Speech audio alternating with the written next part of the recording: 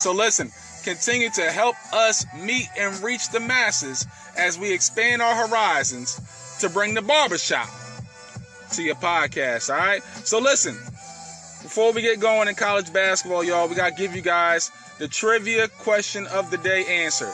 And earlier, we were talking about who was the last player to not wear a helmet in an NFL game after it was mandated in 1943. And that player happens to be Dick Plasman, was the last player to forego a helmet in the NFL. This guy, he was a running back or offensive lineman for the Chicago Bears. And during that time, the Bears were one of the premier teams in the NFL. He played for 8 seasons. And one of the craziest things that happened was he went and decided to dive for a pass and ended up knocking himself out inside the wall of Wrigley Field. I mean, seriously. Hold on, man. Yeah, I gotta kind of re-say that again. You dive for a pass and busted your head open on Wrigley Field. And, of course, we all understand what Wrigley Field looks like now. We got the weeds and the wall is there. And obviously, somebody didn't tell him that the wall was there. So he ended up busting his head open. They ended up stopping the game. And instead of him being able to, of course, continue the game, he was out for the rest of the game after hitting his head and busting his head open on Wrigley Field. That's some crazy stuff, period. If you're any person, to have your head busted wide open because I didn't want to wear a helmet and I cracked my skull open on the wall of Wrigley Field. That's some crazy stuff. That's a story that you tell your grandparents, your grandchildren, your grandchildren's grandchildren, etc. Hey, I busted my head open on Wrigley Field. Yeah, you see the scar up here? Yeah, this is when I was young and dumb, and I died for a pass, and I ended up knocking myself out. Great job, Dick Plasman. Nah, seriously, he went on to play 8 seasons in the NFL.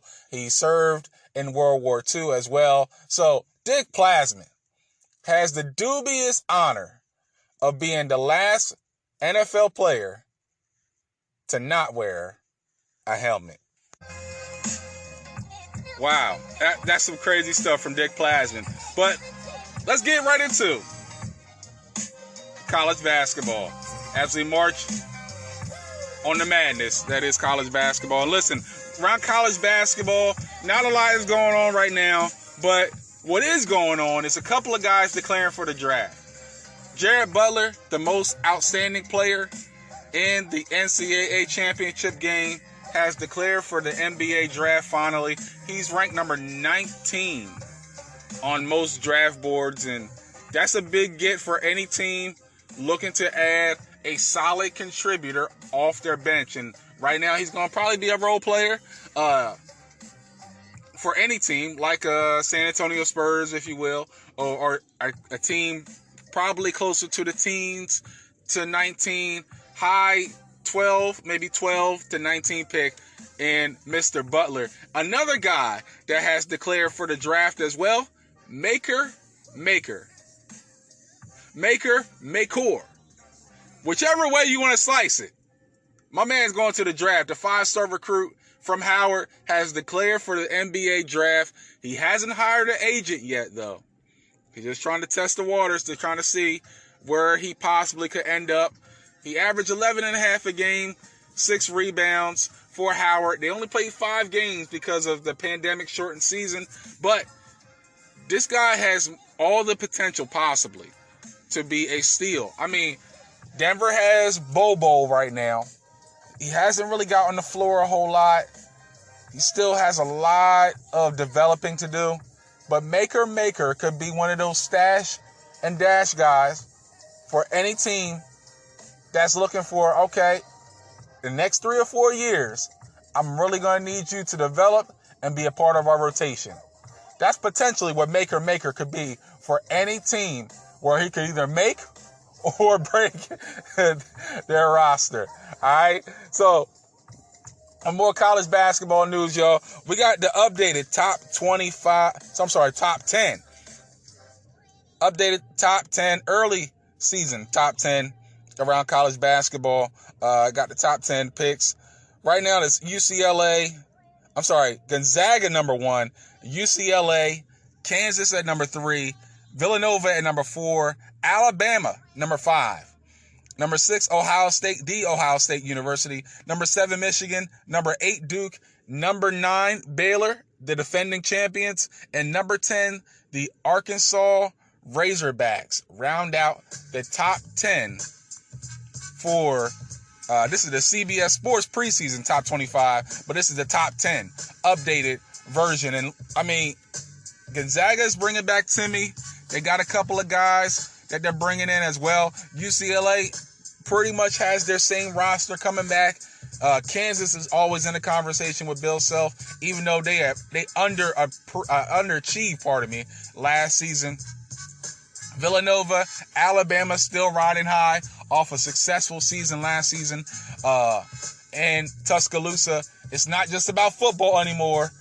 Basketball and football are handling their business in Tuscaloosa, which is what's up for Alabama. Also, number 6, Ohio State. You got Michigan, number 7. They're looking to rebound after a Final Four appearance last season in Ann Arbor. Got Duke. See how the Dukies respond after a lackluster season a season ago under Coach K, which never happens. So you know Duke is going to come back looking to avenge a horrible season last season in Cameron. Also, Baylor number 9, Arkansas number 10. We're going to see how Baylor responds after losing their top 2 scorers last season. It's going to be an interesting development, especially with the transfer pool that's happening around college basketball. What type of other moves are made to kind of get these teams in a greater position to cut down the nets and win the national championship next basketball season. We're going to take a quick break, y'all. When we come back, I'm going to get y'all mind right, regulate y'all mind, stimulate y'all mind, if you will, with the championship speech to get you the extra push, the motivation, and drive for the week that is to come. All right? Y'all come on back now. Don't make me go in and yell and scream at y'all. We got more what you came here for right here with the Playbook Podcast.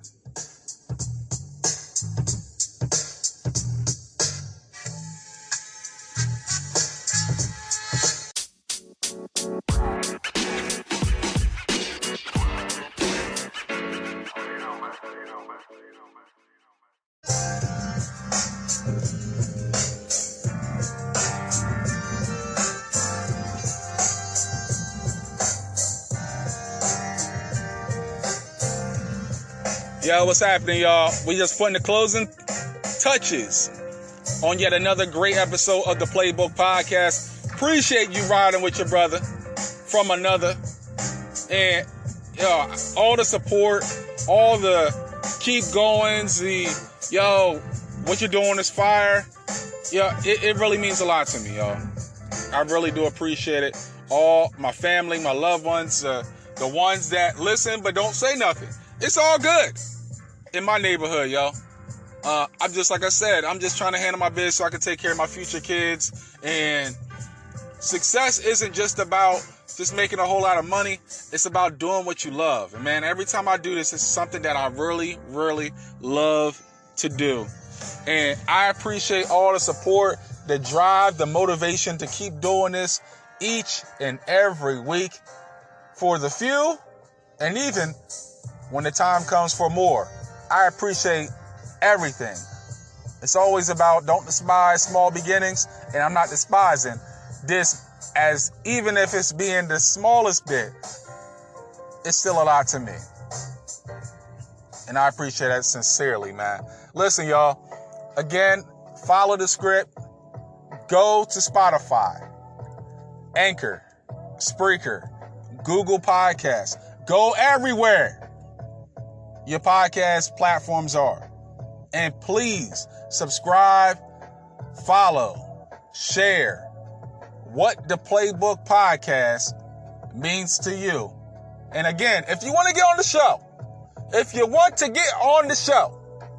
let your brother know. Leave your comments in the show notes. Give me a schedule. Every Monday, we're going to have new content. And if you want to bust it up, we can bust it up. We can talk about what's going on around the association, the NFL, and college basketball. Whatever you want to do, we can do it. We can go one-on-one. We can go mano y mano, or mano y sister, whatever you want to be. Whatever. I'm right here every week, every Monday, giving you guys some more from around the college basketball landscape, the NFL, and around the NBA, y'all. So anything, comments, etc., leave them in the show notes at the bottom. Spotify, Anchor, Spreaker, Google Podcasts. And again, I'll get back to the show notes and the comments and the I want to be added to the show as soon as I possibly can, all right? So, you know how we got to get things done. You know how we have to put an ending to yet another great episode, right? We got to get hype a little bit, right? Got to get into it. And I present to you guys the championship speech. So, with the championship speech this week, y'all, I really had an epiphany, in a sense. You know, a lot of things have been going on, and I know they go along, a lot of things go on in all of our lives. Drastic changes, changes out of nowhere, unexpected things happening, right? And you have to get to the point where you're willing to embrace adversity. And most of the time when we hear adversity, it's almost like, oh, that's a bad thing. That's a horrible thing that adversity comes. But most people that are able to channel their inner drive within themselves to beat adversity, like in sports, for instance, right? In different series, you can tell who's going to really be about it and who's not. Who has that dog? Who has that inner, I'm going to keep fighting. I'm going to keep persevering until the very end. And most of the time, champions are made out of how they're able to embrace adversity, not run away from adversity, right? Champions know how to mentally embrace adversity. The ability to properly balance the pressure of adversity.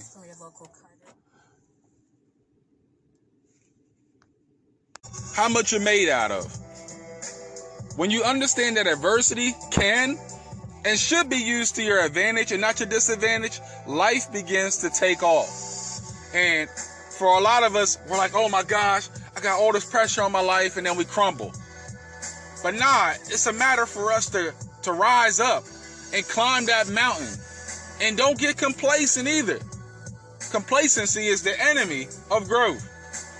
Complacency is the enemy of growth. And when adversity comes, that means, all right, I've already mastered one level, and I got to get to another level to master. And so on and so forth. And as long as your response changes to when adversity comes in your life, just like I've had to learn as well. Man, it's been a whole lot of things happening this week that really have been stressing me out, having me worried.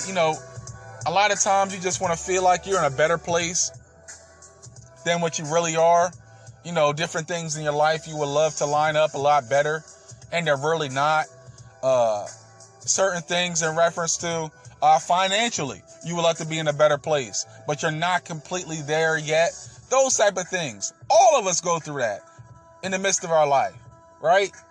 But even still, when things get tight, seems like your back is against the wall.